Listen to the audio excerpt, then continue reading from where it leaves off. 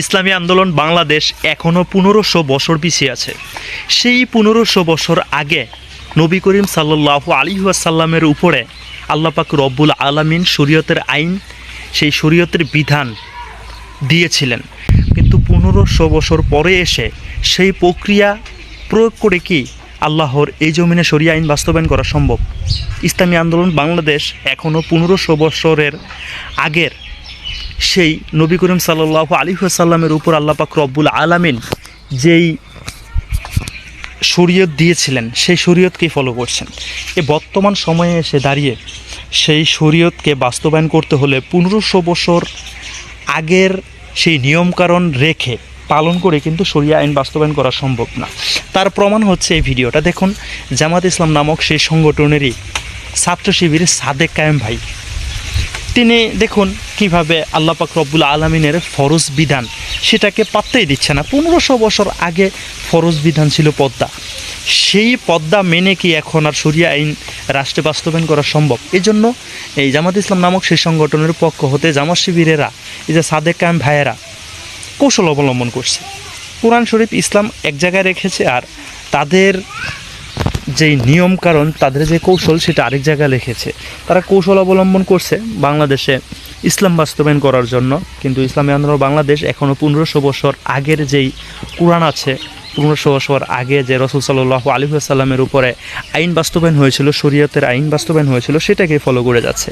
যে কারণে ইসলামী আন্দোলন বাংলাদেশের পক্ষে কিয়ামত পর্যন্ত বাংলাদেশে ইসলাম বাস্তবায়ন করা কিংবা শরিয়া আইন বাস্তবায়ন করা সম্ভব হবে কিনা এটা একমাত্র আল্লাহ পাক রব্বুল আলামিনই ভালো জানে। তবে জামাত ইসলাম নামক সেই সংগঠনের পক্ষ হতে হয়তো বাংলাদেশে শরিয়া আইন বাস্তবায়ন হতে পারে, যেটা জামাত ইসলাম নামক সেই সংগঠনের পক্ষ হতে যে শরিয়া বানানো হয়েছে সেটা বাস্তবায়ন হতে পারে।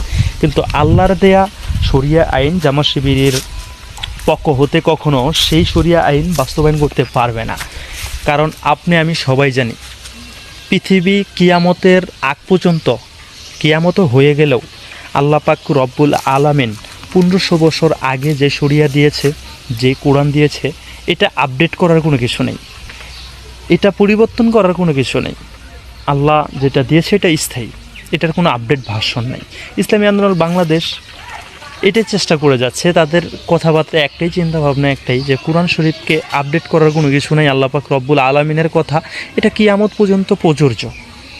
তো সেই জায়গা থেকেই ইসলামী আন্দোলন বাংলাদেশ চেষ্টা করে যাচ্ছে, এতে যদি আল্লাহর এই জমিনে শরিয়া আইন বাস্তবায়ন হয় তো হলো, যদি না হয় তো না হলো। যদি হয় তাহলেও লাভ, যদি না হয় তাহলেও লস নেই, তাহলেও লাভ। কারণ আল্লাহ পাক রব্বুল আলামিন কাউকে বলেননি যে তুমি রাষ্ট্রে শরিয়া আইন বাস্তবায়ন করার জন্য স্ব ফরজ বিধানকে তুমি বাদ দিয়ে দাও, আল্লাহ পাক রব্বুল আলামিনের কোরআনের আইনকে বাদ দিয়ে দাও, এটা বলেননি। কোরআনের ভিতরে থেকে, ইসলামের পথে থেকেই কিন্তু শরিয়া আইন বাস্তবায়ন করার জন্য চেষ্টা করতে হবে। কিন্তু সাদেক কায়েম ভাই, এই জামাত শিবিরের কর্মীদের কাজ কারবার দেখলে মনে হয় যে আল্লাহ পাক রব্বুল আলামিনের পবিত্র কোরআন মনে হয় অনেক আগের হয়ে গিয়েছে, পুরনো হয়ে গিয়েছে, 1500 বছর আগে নাজিল হয়েছে। সেই আইন দিয়ে কি বর্তমান রাষ্ট্রে ইসলাম বাস্তবায়ন করা যাবে? সেই জন্যই হয়তো জামাত ইসলাম নামক সেই সংগঠনের জামাত শিবিরের কর্মীরা কৌশল অবলম্বন করছে। দেখুন, আল্লাহ পাক রব্বুল আলামিনের ফরজ বিধান পদ্মাকে তোয়াক্কা করে সাদেক কায়েমের চতুর সাইডে কতগুলো মেয়ে আছে, তারা নাকি আবার রাষ্ট্রে ইসলাম বাস্তবায়ন করার চেষ্টা করছে।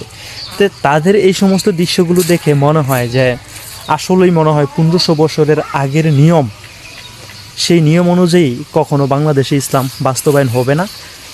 তারা যে কৌশলগুলো অবলম্বন করছে সেই কৌশল অবলম্বন করে মনে হয় ইসলাম বাস্তবায়ন করা যাবে। প্রাণপ্রিয় ভাই ও বন্ধুরা, আসলে যেখানে পর্দা নাই, যেখানে নারী পুরুষের কোনো বিভেদ নাই, যেখানে ইসলামের কোনো বালাই নেই, তারা যদি ক্ষমতায় যায় তারা কিভাবে ইসলামকে নিয়ে আসবে? তারা তো শুরু থেকে ইসলামটাকে জবাই করেছে। তো সাদেক কায়েম যে সমস্ত কাজগুলো করছে বা ইসলামী জামাত শিবিরের পক্ষ হতে যে সমস্ত কাজগুলো করা হয়, সেগুলো রাষ্ট্রে কখনো প্রকৃত ইসলাম আনতেও পারবে না, আর আনার সম্ভাবনা। তাদের এই সমস্ত করা কাজগুলোকে আপনারা কিভাবে দেখছেন? আর ইসলামী আন্দোলন বাংলাদেশ যদি কিয়ামত পর্যন্ত ক্ষমতায় আসতে না পারে, আল্লাহ পাক রব্বুল আলামিনের সেই কোরআন শরীফ 1500 বছর আগে যেটা নবী করিম সাল্লাল্লাহু আলাইহি ওয়াসাল্লামের উপরে নাজিল হয়েছিল, সেই আইন অনুযায়ী যদি তারা চেষ্টা করতে থাকে যদি কিয়ামত পর্যন্ত ক্ষমতায় ইসলামী আন্দোলন বাংলাদেশ আসতে না পারে, তবুও কি তাদের সঙ্গে থাকবেন? নাকি আপডেট ভার্সন যেটা জামাত ইসলাম নামক সেই সংগঠন থেকে তৈরি করা হচ্ছে, আল্লাহ পাক রব্বুল আলামিনের ফরজ বিধানগুলোকে তোয়াক্কা করে তারা যে নিজেরাই যে শরিয়া বানিয়েছে, সেটার সাথে আপনারা চলে যাবেন? আপনারা কমেন্টে লিখে জানাবেন।